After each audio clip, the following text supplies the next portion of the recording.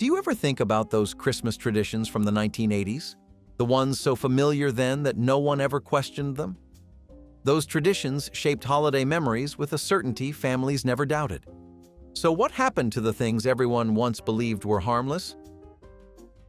Bubble lights with flammable methylene chloride were once the crown jewels of Christmas tree decorations, and in the 1980s they flickered on nearly every branch in every home that cared about holiday charm. People loved the way the tiny tubes bubbled and glowed, casting dancing shadows across the ceiling that made the whole room feel alive with seasonal magic. Kids stared at them for hours, mesmerized by the rising bubbles that seemed to defy gravity in their colorful glass prisons. What nobody discussed was the liquid inside, a chemical mixture designed to boil at low temperatures, but capable of causing real harm if the glass cracked or shattered unexpectedly. Parents hung them on lower branches where toddlers could reach, and cats batted at them like toys hanging from a string. The warmth from the bulbs kept the liquid moving, but that same heat weakened the seals over time. When reports surfaced about skin irritation and respiratory issues, manufacturers quietly changed their formulas. Today, vintage bubble lights are collector items sold with warnings that would have seemed absurd to families who once trusted them completely. Real lead tinsel that draped every branch was once the easiest way to make a Christmas tree look like something out of a winter wonderland. And in the 1980s, it still hung in homes across America despite growing whispers about its safety. The strands shimmered with a weight and luster that plastic versions could never match, catching the glow of every bulb and turning trees into glittering spectacles. Children loved running their fingers through the silver strands, watching them sparkle as if touched by magic.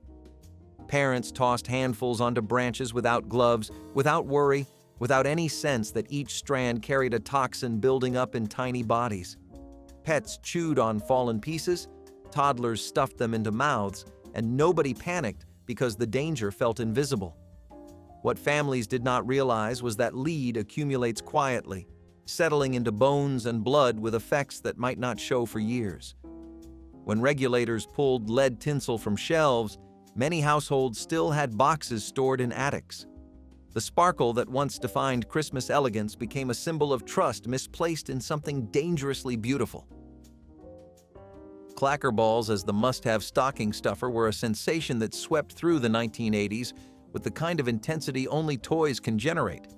These acrylic spheres, attached by a string and meant to bang together in a hypnotic rhythm, showed up under Christmas trees in homes that had no idea what chaos they were unwrapping.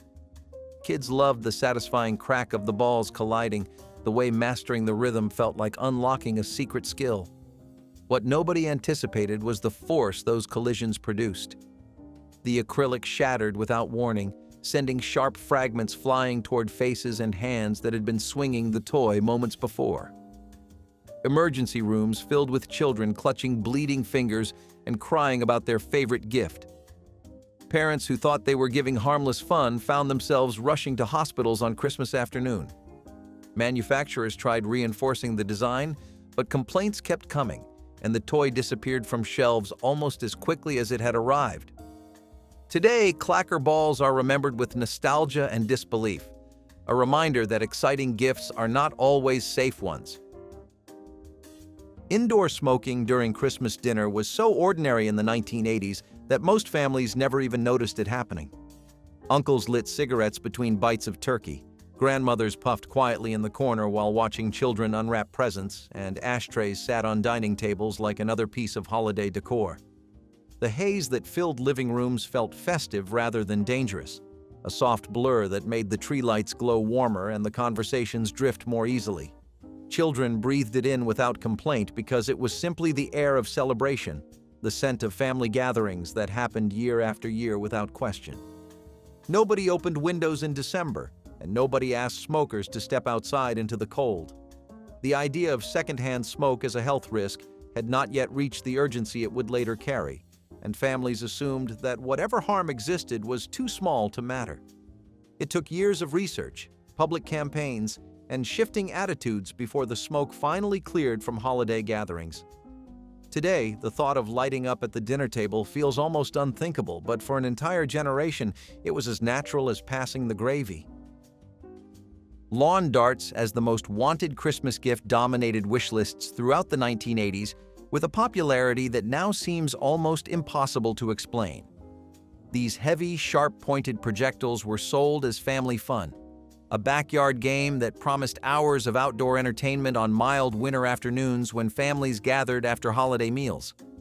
Kids begged for them, parents delivered, and soon entire neighborhoods echoed with the soft thud of metal tips sinking into frozen grass.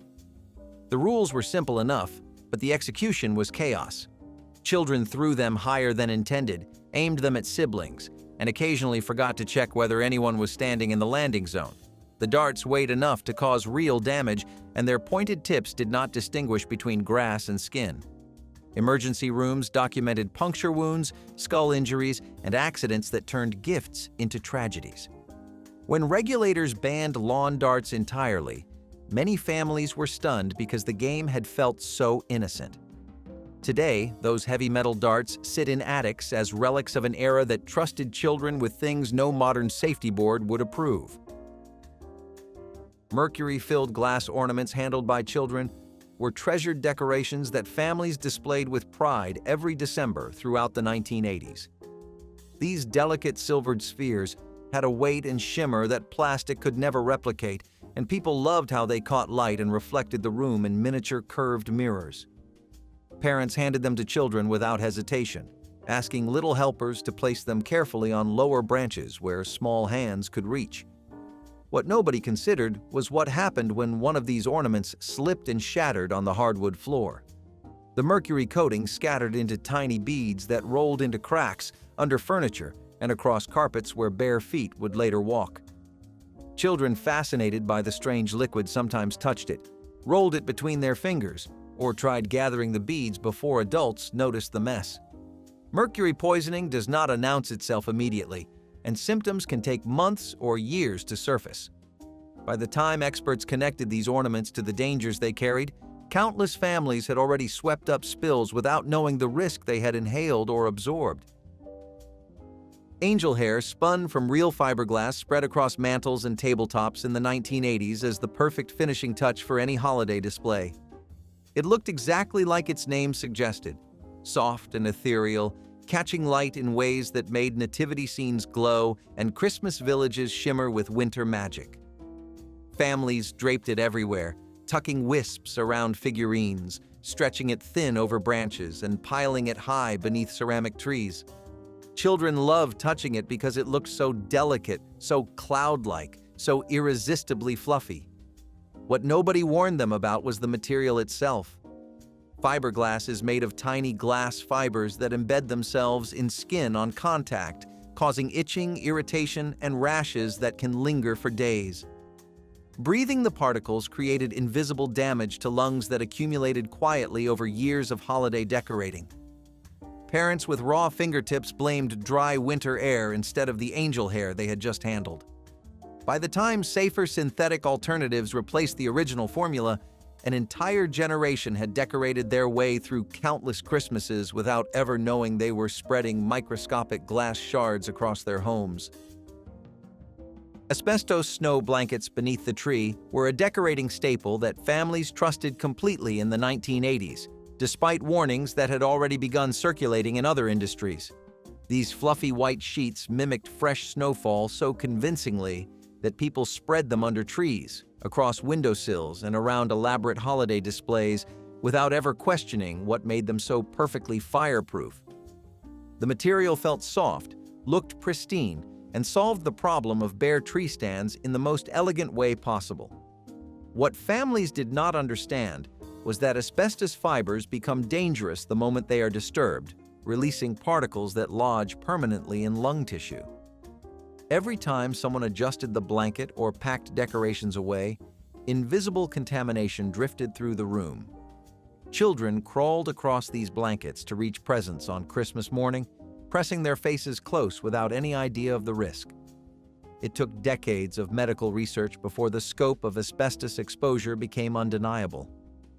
By then, countless holiday memories had been built on a foundation that was quietly causing harm with every breath. Wood-burning kits for young children appeared under Christmas trees throughout the 1980s, as the perfect gift for creative kids who loved making things with their hands. These sets came with heated metal tips, thin wooden plaques, and instruction booklets that encouraged children as young as 8 to plug in and start burning designs into soft pine surfaces. Parents saw them as educational and artistic, far more impressive than crayons or markers could ever be. The smell of scorched wood filled bedrooms as kids hunched over projects, holding red-hot metal inches from their fingers with nothing but concentration to keep them safe. Burns were common enough that most families expected them, treating blistered fingertips as a normal part of learning the craft. What nobody anticipated was how easily heated tips could ignite paper, fabric, or anything else nearby during unsupervised creativity. House fires traced back to wood-burning kits became a pattern that regulators could not ignore. The carefree creativity of those early kits now feels like a relic from a time that trusted children with dangers adults would never allow today. Easy-bake ovens with exposed heating elements were the dream gift for children who wanted to feel grown up in the kitchen. And in the 1980s, they delivered that dream with very little standing between small hands and real heat. The tiny ovens used actual light bulbs to bake miniature cakes and cookies, and the warmth radiating from the openings felt like proof that something magical was happening inside. Kids reached into those narrow slots to retrieve their creations without mitts, without caution, and without any real understanding of how hot metal becomes under sustained exposure. Burns on fingers, palms, and wrists became almost expected, a rite of passage that parents accepted as part of the experience. Some children trapped their hands inside while reaching for stuck pans, and the injuries that followed went far beyond minor discomfort. Reports piled up until manufacturers had no choice but to redesign the entire concept, replacing exposed bulbs with safer heating methods that took years longer to bake anything at all. The original ovens, with their glowing orange interiors and sizzling pans, became symbols of an era that believed a few burns were simply the price of letting children learn. Chemistry sets with real acids and flammable powders were the gifts that made children feel like genuine scientists on Christmas morning throughout the 1980s. These kits came packed with glass beakers, test tubes, alcohol burners, and chemicals potent enough to create reactions that bubbled, smoked, and occasionally exploded when mixed incorrectly. Parents loved the educational appeal, imagining their children growing up to become doctors or researchers, never pausing to consider what might happen when curiosity outpaced caution. Kids followed instructions loosely, if at all, mixing compounds to see what would happen rather than why. The sulfur smelled like rotten eggs, the acids ate through fabric, and the flames licked dangerously close to bedroom curtains. Some experiments required heating substances until they changed color, and the line between success and disaster was often invisible. When injuries mounted and chemical burns filled emergency rooms, manufacturers began stripping the most dangerous components from their kits. Today, chemistry sets contain little more than baking soda and vinegar, a far cry from the miniature laboratories that once turned bedrooms into hazardous research stations. Cap guns that produced real sparks and smoke were among the most coveted Christmas presents for children in the 1980s, promising hours of backyard battles and imaginary showdowns. These metal replicas fired paper caps that cracked with a sound loud enough to startle neighbors and produced tiny bursts of flame visible in dim light. Kids loved the authenticity, the weight of the metal in their hands, and the smell of gunpowder that lingered on their fingers after a full roll of caps had been fired. Parents saw them as harmless toys, the same kind they had played with during their own childhoods, and handed them over without much thought about what could go wrong. But caps jammed, barrels overheated, and curious fingers poked into chambers still hot from the last shot. Burns were common, and the sparks occasionally caught on dry leaves or clothing during summer battles that continued into the holiday break. The noise alone caused hearing damage in children who fired them too close to their own ears. When safety advocates finally examined these toys closely, the findings were enough to transform an entire industry, replacing metal with plastic and real sparks with electronic sounds. Baby walkers as the perfect gift for new parents were advertised throughout the 1980s as developmental miracles that would help infants learn to walk faster and more confidently. Grandparents bought them proudly, imagining their newest family members zooming across living room floors with delighted giggles. The contraptions looked sturdy enough, with plastic seats suspended inside wheeled frames that let babies push themselves around before they could stand. What nobody anticipated was the speed these walkers could reach on smooth surfaces or the momentum they built heading toward staircases and open doorways. Babies toppled downstairs, still strapped into their seats, crashed into furniture hard enough to cause head injuries, and reached countertops where hot liquids waited. Emergency rooms documented thousands of injuries each year, many severe enough to require hospitalization. Parents who thought they were giving their children an advantage were instead introducing one of the most dangerous pieces of baby equipment ever mass-produced. When studies finally confirmed what hospitals had been seeing, regulations tightened and designs changed dramatically. Metal sleds without any safety features were the classic Christmas gift that families trusted for generations.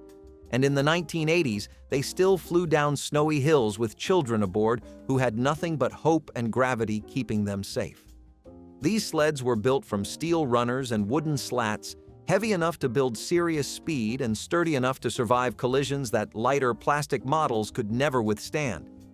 Kids loved the thrill of racing downhill, steering with their feet, or simply holding on and praying the ride ended somewhere soft. What nobody talked about was how those steel runners sliced through snow and occasionally through skin when crashes sent riders tumbling. The wooden slats splintered on impact, and the metal edges grew sharp with rust and wear over seasons of use. Children collided with trees, fences, and each other at speeds that turned minor accidents into broken bones and concussions. Parents watched from the top of hills, assuming that the snow itself would cushion any fall, never realizing how hard frozen ground becomes beneath a thin white layer. The sleds that generations had trusted became symbols of an era that measured fun differently than safety. Pogo sticks given without helmets or pads bounced into living rooms every Christmas morning throughout the 1980s, promising hours of backyard entertainment for children eager to master a new skill. These spring-loaded poles required balance, timing, and a willingness to fall repeatedly before getting the rhythm right. Kids bounced on driveways, sidewalks, and patios without any protective gear because helmets were for bicycles and pads were for football, not for a simple toy that just went up and down. What parents underestimated was the height these sticks could reach and the force with which children hit the ground when they inevitably lost control. Broken wrists were almost expected, a rite of passage that came with learning any new physical activity. But head injuries, chipped teeth, and fractured ankles filled emergency rooms with children who had simply been trying to beat their personal bounce records. The concrete and asphalt beneath their feet offered no forgiveness when landings went wrong. Manufacturers eventually added warnings and suggested safety equipment. But for years, the pogo stick remained a gift that came with invisible risks nobody thought to mention until the bruises appeared.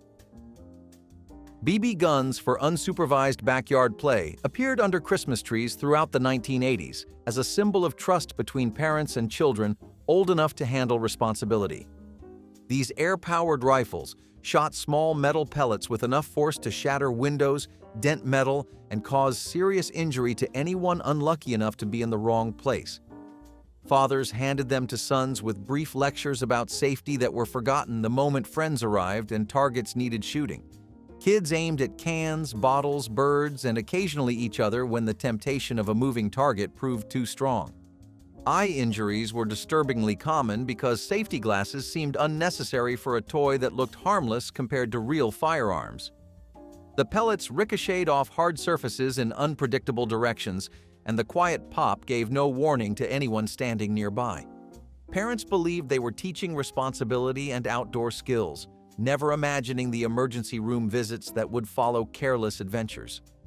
When the statistics on BB gun injuries finally reached public awareness, the casual attitude toward these weapons shifted dramatically, but not before countless children learned painful lessons.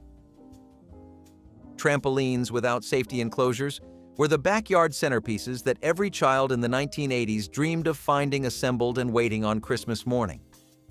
These bouncing platforms promised endless entertainment, higher jumps than any bed could provide, and the thrill of momentary weightlessness that made ordinary afternoons feel like carnivals. Families set them up on grass, concrete, and uneven ground without much thought about what surrounded the jumping surface or what might happen when someone bounced too close to the edge. Children flew off in every direction, landing on hard ground, garden furniture, and each other with impacts that shattered bones and rattled skulls. Multiple jumpers created chaos as smaller children launched unexpectedly when larger ones landed nearby. The springs themselves became hazards, pinching fingers and catching feet between coils that had no padding or protection. Parents watched from kitchen windows, assuming that the fun outweighed whatever minor risks existed, never realizing that trampolines would become one of the leading causes of childhood fractures. The enclosures and padding that seem standard today were luxuries that most families never considered necessary. Electric blankets without temperature controls were winter essentials that families plugged in and forgot about throughout the cold months of the 1980s. These heated bed covers promised cozy nights and warm toes, and grandparents gave them as Christmas gifts, believing they were offering comfort and practicality wrapped in one package. The blankets heated unevenly, with hot spots that could blister skin and cold patches that defeated the entire purpose.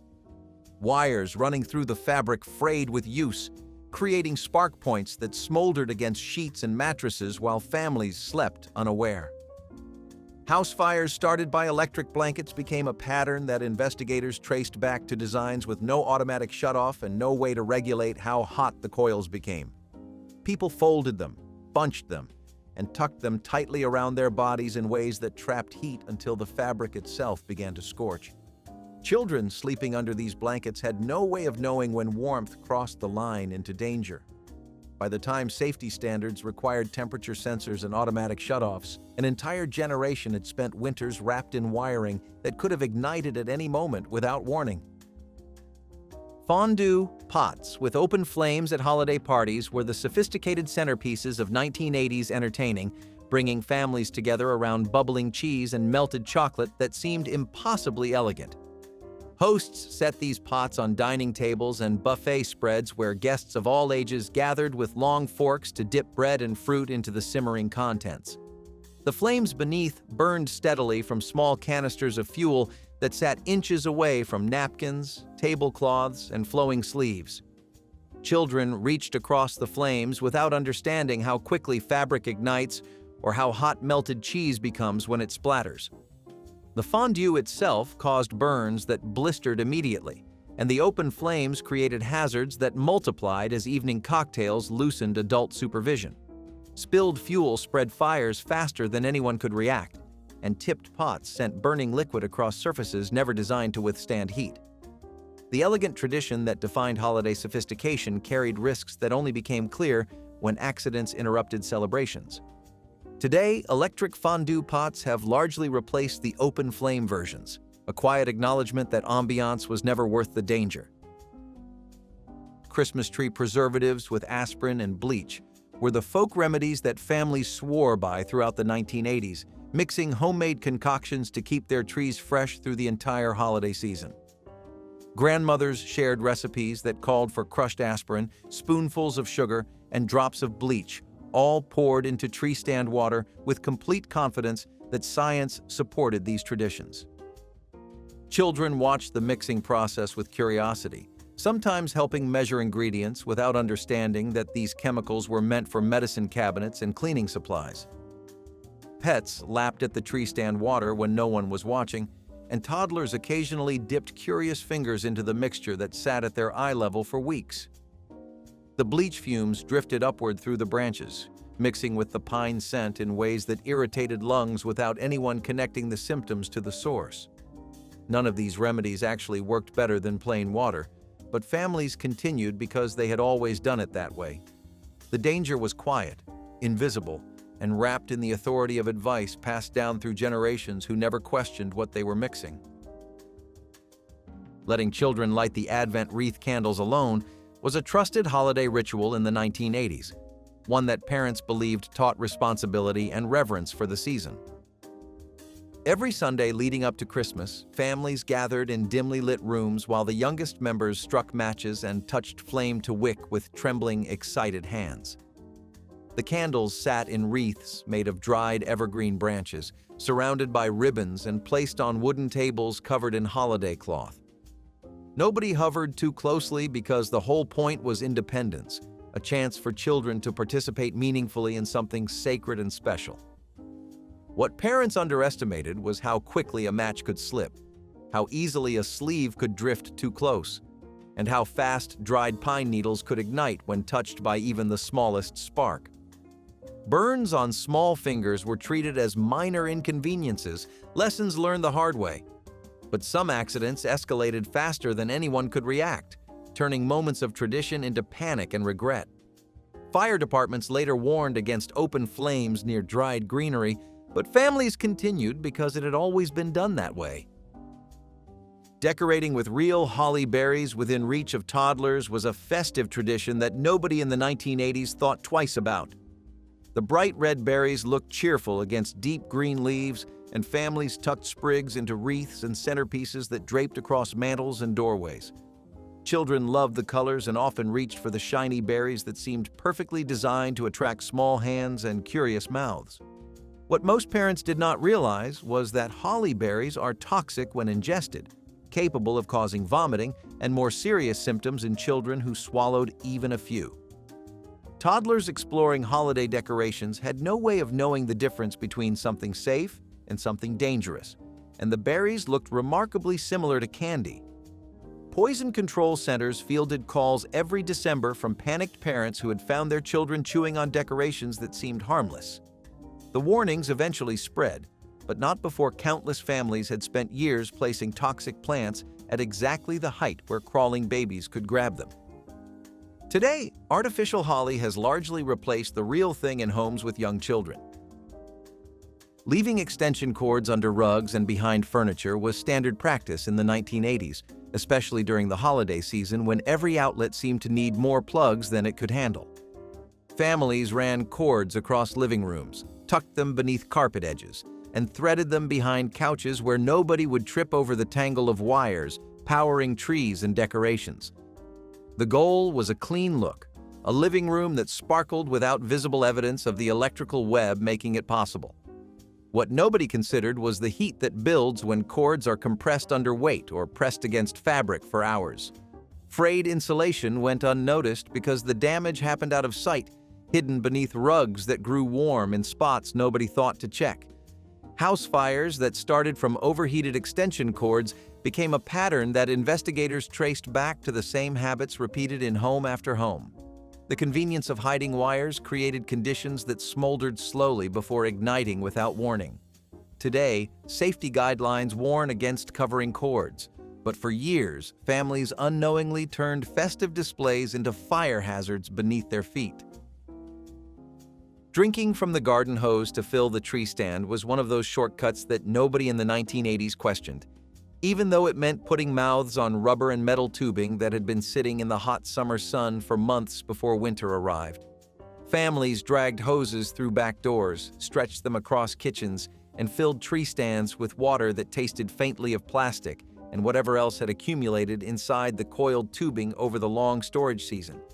Children helped by holding the hose steady or taking quick sips themselves, treating it like any other household task that happened to involve drinking water from an outdoor source.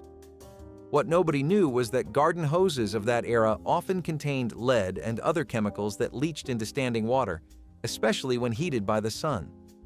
The first few seconds of flow carried the highest concentration of contaminants, and families rarely let the water run long enough to flush the lines before filling their tree stands.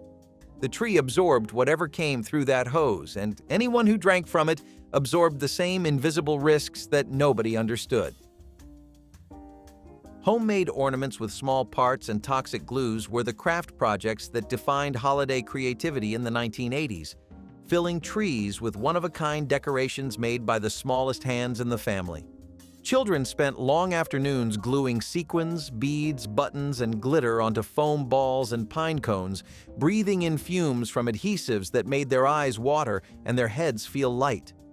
The glues available at craft stores contained solvents strong enough to bond nearly anything, and nobody opened windows or worried about ventilation during these marathon decorating sessions. Small parts fell off finished ornaments and scattered across floors where toddlers crawled and pets wandered, creating choking hazards that multiplied as the season progressed. The decorations aged poorly, shedding pieces that ended up in mouths, vacuum cleaners, and heating vents. Parents displayed these creations proudly, never imagining that the materials carried risks beyond messy fingers. The shift towards safer craft supplies happened slowly, long after countless children had spent holidays inhaling fumes and handling materials that modern labels would never allow near young hands. There was no streaming, no on-demand, no watch it whenever you want. In the 1980s, if a Christmas special aired, you watched it, or you waited another whole year. That was the deal. And it made every special feel like an event. You checked the TV guide, you circled the date, you told your friends at school what night it was on. Rudolph, Frosty, The Grinch, Charlie Brown. They each had their night, and you planned your life around it. Homework got done early. Dinner got eaten fast. You sat in front of the TV with your feet tucked under you, waiting for that opening music like it was the national anthem. And if someone changed the channel during a commercial, war. There was no pausing, no rewinding. If you missed the part where the Grinch's heart grew 3 sizes, you just missed it. You had to imagine it based on what your friend told you at recess. Some families taped them on VHS, but that required planning, a blank tape, and someone who knew how to set the timer. Most of the time, you just showed up live and hoped for the best. The commercials were part of the magic. Toy ads that made everything look 10 times cooler than it actually was. You memorized jingles. You whispered, "I want that," 12 times per break. These specials were appointment television, and somehow that made them sacred. Waiting until after Christmas sales for any store decorations was a strategy that turned patience into savings for families who planned their holidays a full year in advance. The day after Christmas, mothers bundled up children and headed to department stores where tinsel, ornaments, and lights sat in bins marked 75% off. What cost dollars in November cost pennies in late December, and careful shoppers filled bags with decorations they would store for 11 months. Children learned to find excitement in the hunt, digging through picked-over bins to find treasures others had overlooked. Wrapping paper, ribbon, and bows joined the haul, enough to wrap next year's gifts without spending a dime when the season arrived. Some families built entire Christmas collections this way, adding new pieces each January until their trees rivaled any on the block. The decorations carried a special pride because they represented foresight, discipline, and the wisdom to make limited money stretch as far as possible. Those after Christmas shopping trips taught children that timing matters, that patience rewards those who wait, and that next year's joy can be purchased today at a fraction of the price. Serving homemade fruitcake to guests was a Christmas tradition that divided families and neighborhoods into passionate camps of lovers and skeptics. Grandmothers spent weeks soaking dried fruits in rum or brandy, folding them into dense batter, and baking loaves that could double as doorstops if left unattended too long. The cakes arrived at gatherings wrapped in cloth and tied with ribbon, presented with pride that demanded at least a polite taste from everyone. Some people genuinely loved the intense sweetness, the chewy fruit, and the boozy warmth that spread through each bite. Others quietly pushed their slices around, waiting for the right moment to hide them beneath a napkin. The fruitcake became a symbol of effort, a way of saying someone spent real time preparing something special. Recipes were guarded like family secrets, passed down through generations. Regifting fruitcake became a quiet tradition of its own, with some cakes traveling from house to house for years. Today, fruitcake has faded into the background, replaced by lighter desserts. But for those who loved them, and even those who only pretended to, fruitcake remains a reminder of an era when effort mattered more than convenience. Going to see Santa at the mall was a rite of passage. It was also, for many kids, a source of pure terror. You waited in line for what felt like hours, surrounded by tinsel and fake snow, while a man in a red suit sat on a giant throne and laughed at children. When it was your turn, You were placed on his lap. Some kids smiled, some froze, some screamed like they had been handed to a stranger in a costume, which technically they had. The photographer snapped anyway.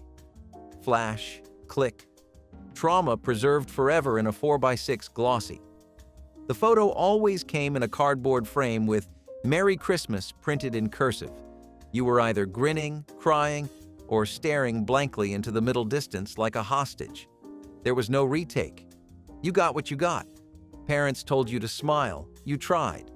But Santa smelled like peppermint and cigarette smoke.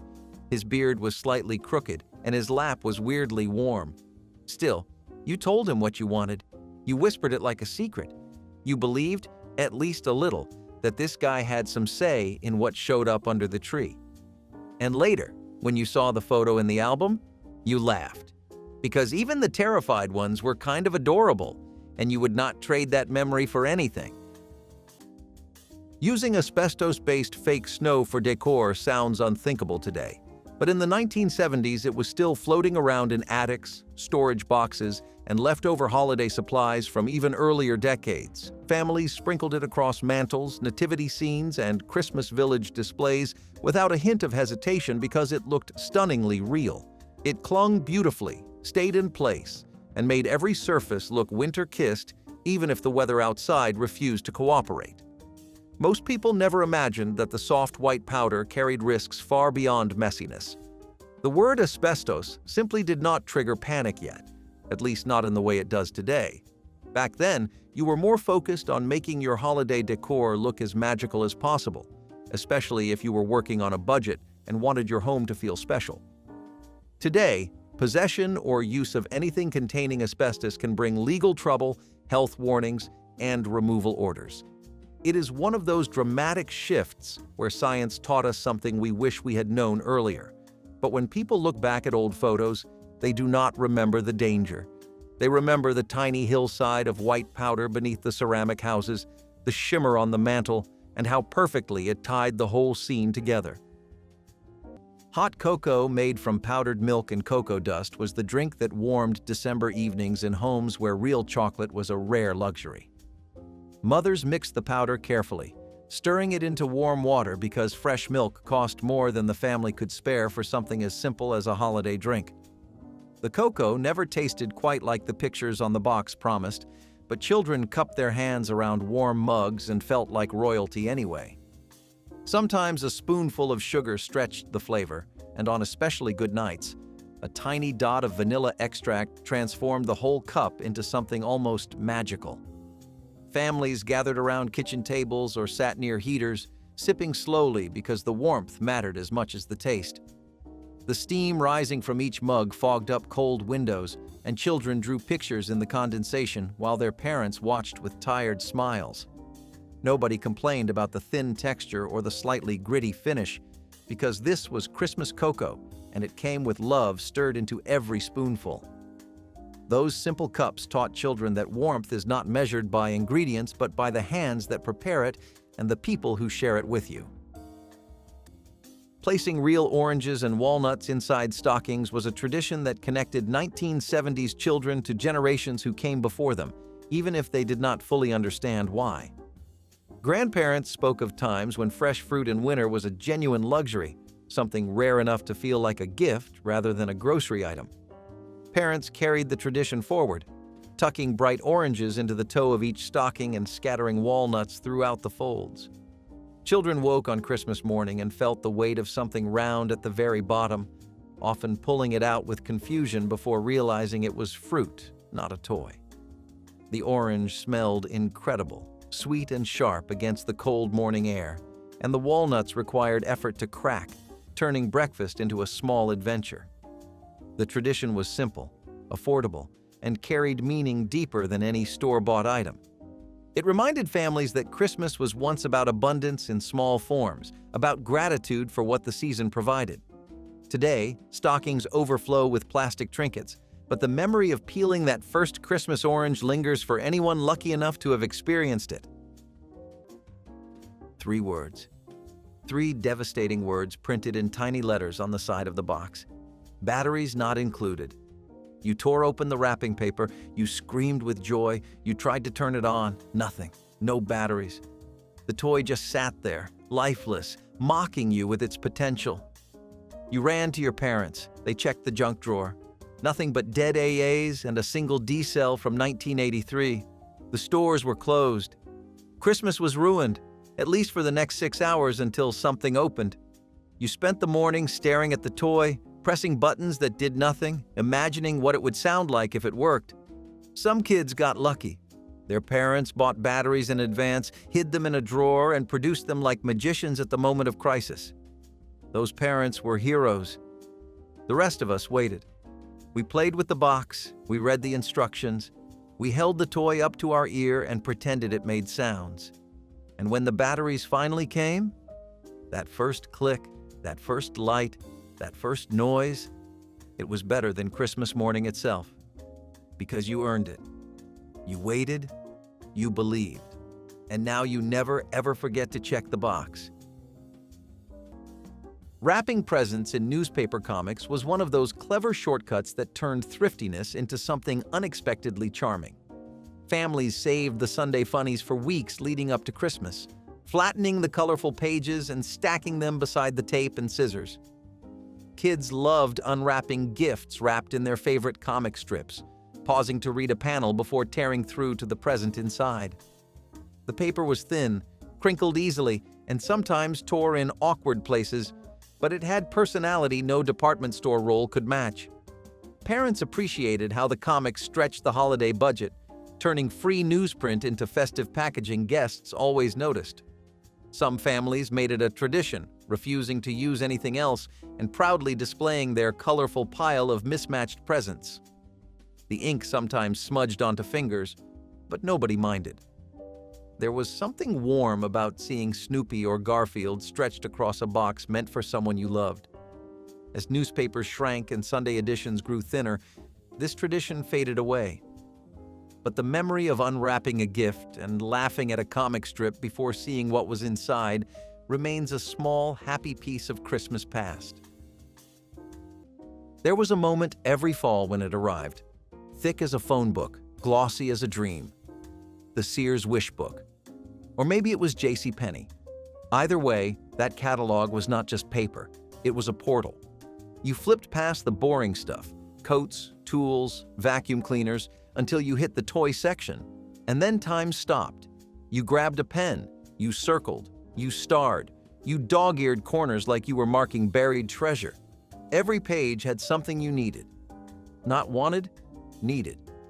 The race car set, the dollhouse with working lights, the boombox, the electronic football game. You ranked them silently in your head. Must have, really want, and if there's a miracle. You left the catalog open to the exact page your parents needed to see, hoping they would take the hint without you having to beg. You studied the pictures like blueprints. You memorized item numbers. You compared features between two nearly identical toys and made life-altering decisions based on which one had more accessories. That catalog was your wish list, your vision board, your entire December personality. And when it got too beat up from use, you treated it like a wounded soldier. Taped the spine, smoothed the pages, kept it alive until the big day. Today, kids scroll through websites, but you had a book. A heavy, magical, ink-smelling book of possibility. And honestly, you would still flip through one right now. Reusing the same patchy artificial tree for decades was a tradition born from necessity that somehow became a source of quiet family pride. These trees arrived missing branches from the start, bargain bin specials purchased with coins saved in jars throughout the year. Each December, the tree emerged from its box looking slightly worse than before, with bent wire limbs, faded needles, and gaps that grew wider with every passing season. Families learned to rotate the bare spots toward the wall and cluster ornaments strategically to hide the worst damage. Some trees required rubber bands, twist ties, or creative engineering just to stay upright in their wobbly stands. Children grew up measuring time by how much the tree had changed, remembering the year one section collapsed completely, or the Christmas when Dad wired a real branch onto the frame to fill a gap. Nobody talked about replacing it, because that money always went somewhere more urgent.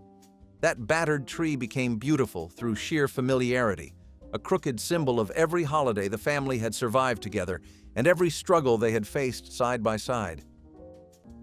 Hanging homemade stockings knitted by Grandma was a tradition that made each child feel uniquely loved in ways no store-bought stocking could match. These were not perfect machine-stitched creations with flawless lettering, but handmade works featuring crooked names, uneven stitches, and color combinations only a grandmother would choose. Every family member had their own, personalized down to the smallest detail, and the stockings grew more treasured each year. Children learned early that their stocking was special because someone spent hours creating it, counting stitches by lamplight. The wool smelled faintly of the closet where it was stored 11 months of the year, and pulling it out each December felt like reuniting with an old friend. Some stockings had patches where holes had been mended, evidence of years beside fireplaces. Grandmothers who made them often did not live forever, and when they passed, those stockings became irreplaceable heirlooms. Families hung them long after the original recipients grew up, passing them to new generations who heard stories about the woman who made them. Today, mass-produced stockings dominate, but anyone who owns a handmade one knows it carries meaning money cannot buy. It started innocently. Someone pulled the Christmas lights out of the attic. One box, then another, then a tangled nightmare of green cords, burnt-out bulbs, and sheer electrical chaos. Those old C9 lights were not delicate. They were weapons. Heavy glass bulbs that could heat a room or start a small fire if you left them on too long. And they were always tangled. You sat on the floor for what felt like hours, picking at knots that seemed to multiply. One strand wrapped around another. A bulb fell out. Someone stepped on it. You found a squirrel's nest in there once. Don't ask.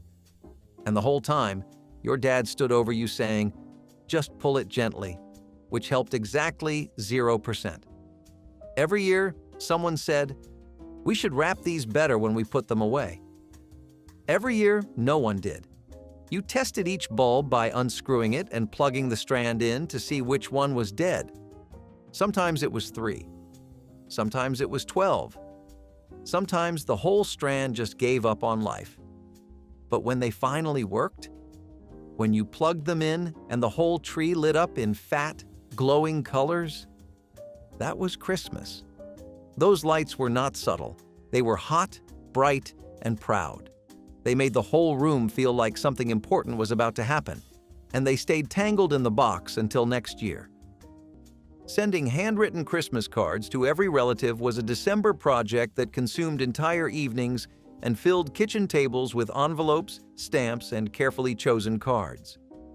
Families kept address books thick with names, some crossed out and updated as people moved, tracking decades of relationships in penciled notes. Mothers often led the effort, but everyone was expected to sign their name or add a short message, turning each card into a tiny family portrait delivered through the mail. Choosing the right card for each person mattered, because a funny card for a serious aunt could spark quiet holiday drama. The process took weeks, with cards stacked in piles waiting for stamps, each representing a connection that might otherwise go unspoken all year. Receiving cards in return felt like a small victory, and many families displayed them on mantles or strings, turning their collection into a visible measure of their social world. There was pride in a mailbox full of envelopes during December. Email and social media slowly erased this tradition, replacing handwritten notes with digital messages that arrive and vanish without ever being held. Those who remember licking stamps know something irreplaceable was lost. Giving handmade gifts wrapped in brown paper bags was something poor families did not because they wanted to be crafty, but because wrapping paper cost money that simply was not there.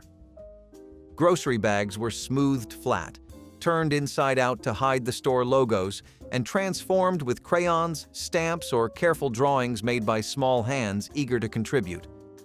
The gifts inside were often handmade too, pot holders woven on tiny looms, carved wooden spoons, knitted scarves with dropped stitches that showed where a child had tried their best. Ribbons came from last year's packages or from fabric scraps saved throughout the year. The crinkle of brown paper on Christmas morning sounded different from glossy store wrapping, earthier somehow, more honest and more real. Children tore into these packages knowing that everything inside them came from time and effort rather than a checkout line. Some families reused the same bags year after year, adding new drawings each December until the paper softened like cloth. Those humble packages taught children that the value of a gift lives in the intention behind it, not the price attached. Lighting fireworks for Christmas Eve or midnight mass was an unexpected but beloved holiday tradition in certain parts of the United States. The winter sky would crack open with bursts of color, echoing through neighborhoods that were otherwise quiet and peaceful.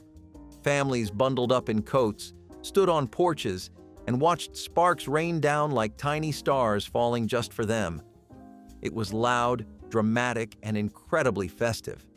No one thought much about permits or safety laws or whether fireworks were allowed during the winter season. For many, it was simply a way to make the holy night feel even more magical and exciting. Today, though, fireworks are heavily restricted, and setting them off without approval can lead to fines or even arrest. The sound that once meant celebration now signals a code violation. It is strange how quickly something joyful can shift into something forbidden, but memories of those nights still glow warmly in the hearts of people who lived through them, especially when the air gets cold and the world gets quiet enough to remind them of the past. Unventilated indoor Christmas tree flocking was something that families approached with excitement instead of fear. In the 1970s, grabbing a can of artificial snow and coating the tree right in the middle of the living room felt like the best way to turn your home into a snowy postcard scene. Kids would gather around just to watch the powder fall onto the branches, building up that soft, white layer that made everything feel instantly festive. The smell, the sound, the little cloud that puffed up with every spray all felt like part of the fun. No one opened windows or wore masks or worried about what they were breathing in. The chemicals were just part of the magic, even if nobody knew it then. Today, though, this is the kind of thing that would get you in trouble faster than you could shake the can. Safety codes require ventilation, protective gear, or outright ban certain types of flocking materials. People talk about air quality and respiratory risks and things that were not even part of the vocabulary in the 1970s. Maybe it is for the best, but it is impossible to deny that the old way felt more enchanting. When you see old photos covered in that soft, snowy coating, you can almost smell the faint sweetness of the artificial snow and remember how proud everyone was of the winter scene they had created indoors. Visiting relatives for dinner instead of hosting was the quiet truth of Christmas for families whose homes could not accommodate a proper holiday spread. Parents packed children into cars and drove across town or across county lines to tables set by grandparents, aunts, or cousins whose circumstances allowed for a larger gathering. The car ride itself became part of the tradition, windows fogging with breath while children watched familiar landmarks pass in the winter darkness. Arriving at someone else's house meant warmth, noise, and the overwhelming smell of food that had been cooking since dawn. Children played with cousins in rooms they saw only a few times each year, exploring spaces that felt both foreign and familiar. Parents sat at tables where they had once been children themselves, surrounded by faces that reminded them how far they had come and how far they still had to go. The drive home happened in sleepy silence, bellies full and hearts heavier with gratitude that could not quite find words. Those borrowed Christmases taught children that family extends beyond walls, that abundance can be shared across doorsteps, and that home is not always where you live, but where you are welcomed. Watching the Yule log broadcast for hours without changing the channel was one of those strange 1970s traditions that made perfect sense at the time and baffles people today. Television stations would air footage of a crackling fireplace, sometimes for the entire morning, offering families without real fireplaces a visual substitute that felt cozy and festive. People left it on during breakfast, while opening presents, or simply as background ambiance while the household buzzed with activity. The fire never changed, the logs never shifted dramatically, and yet families watched with genuine contentment, letting the flickering flames fill their living rooms with warmth they could almost feel. Children stared at the screen wondering if the fire would ever go out, while adults appreciated the calm it brought to chaotic mornings. There was no plot, no dialogue, just the steady crackle of burning wood repeated on a loop. Some families made it a point of pride to keep the Yule log on all day, as if changing the channel would break the spell. The tradition faded as programming options multiplied, but those who remember it recall a time when television could offer peace instead of noise. Oranges and walnuts as stocking fillers were treasures in households where fresh fruit rarely appeared in winter months. An orange in the toe of a stocking felt like holding captured sunshine, bright and fragrant and impossibly exotic for families who stretched every dollar through December. Children peeled them slowly, section by section, savoring the spray of citrus oil and the sweetness that seemed to come from somewhere far away. Walnuts required work to crack open, and that effort made the small reward inside feel earned rather than given. Some stockings held nothing else, just an orange and a handful of nuts, and that was enough to make the morning feel complete. Parents sometimes walked extra blocks to find fruit that was not bruised or nuts that had not gone stale, because these simple gifts deserved the best versions available. The smell of orange peel on Christmas morning became a sensory memory that lasted decades, connecting grown children to kitchens where money was tight but love was not. Those stockings filled with fruit and nuts taught lessons about appreciating simple things, about finding joy in what the season could offer, rather than what catalogs promised it should. Tinsel was supposed to go on the tree. It did not stay there. Those thin silver strands had a mind of their own. You draped them carefully, one strand at a time, like the box suggested, or you grabbed a fistful and threw it like confetti. Either way, tinsel ended up everywhere, on the carpet, on the couch, in your hair, wrapped around the cat. You would find it in random places for months, behind the TV in February, stuck to a sock in March, one piece clinging to the back of a chair like it was hiding from the vacuum. Tinsel was not decoration. It was an infestation with a holiday theme. Some families used it sparingly. Others went full blizzard, layering it so thick you could barely see the ornaments underneath. Either way, it reflected every light in the room and made the tree shimmer like something from a movie. The cheap tinsel was paper-thin and tore if you looked at it wrong. The fancy stuff was heavier, shinier, and somehow ended up in your mouth at least once per season. Pets loved it, vacuums hated it, and no matter how careful you were during cleanup, at least one strand survived until Easter. Tinsel was chaos. Beautiful, sparkly, impossible to contain chaos, and you loved every strand of it. The whole family sharing one small transistor radio was how holiday specials entered homes that could not afford television sets. That tiny box sat in the center of the room, its single speaker crackling with broadcasts that everyone leaned in to hear. Christmas Eve meant gathering close, adjusting the dial until a clear station came through with dramatic readings, musical performances, or comedy programs designed for the season. Children learned to listen with their imaginations, building pictures in their minds from sounds and voices that painted worlds more vivid than any screen. The radio required batteries that parents rationed carefully, turning it off between programs to save power for moments that mattered most.